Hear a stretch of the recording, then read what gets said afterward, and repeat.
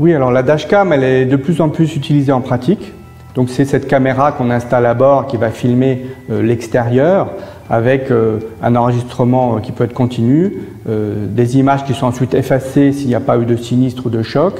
Elle est très utilisée en Russie, dans d'autres pays étrangers.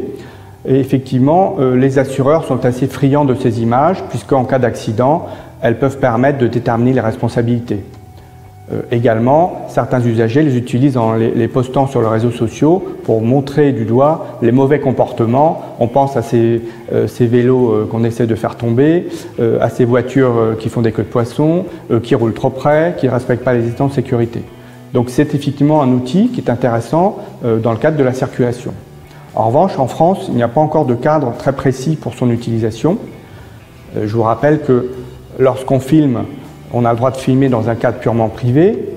Ça rejoint la protection des données, le RGPD, le Règlement général sur la protection des données. Chez soi, on peut filmer. En revanche, dès qu'on filme sur la voie publique, il y a tout un cadre qui se met en place.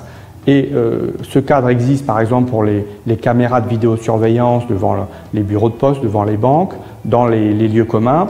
Comme vous le savez, il faut informer les gens qui sont filmés qu'il peut y avoir l'accès pour rectifier des données personnelles, et les images aussi, par exemple lorsqu'elles sont produites en justice, ne doivent pas montrer le visage des personnes.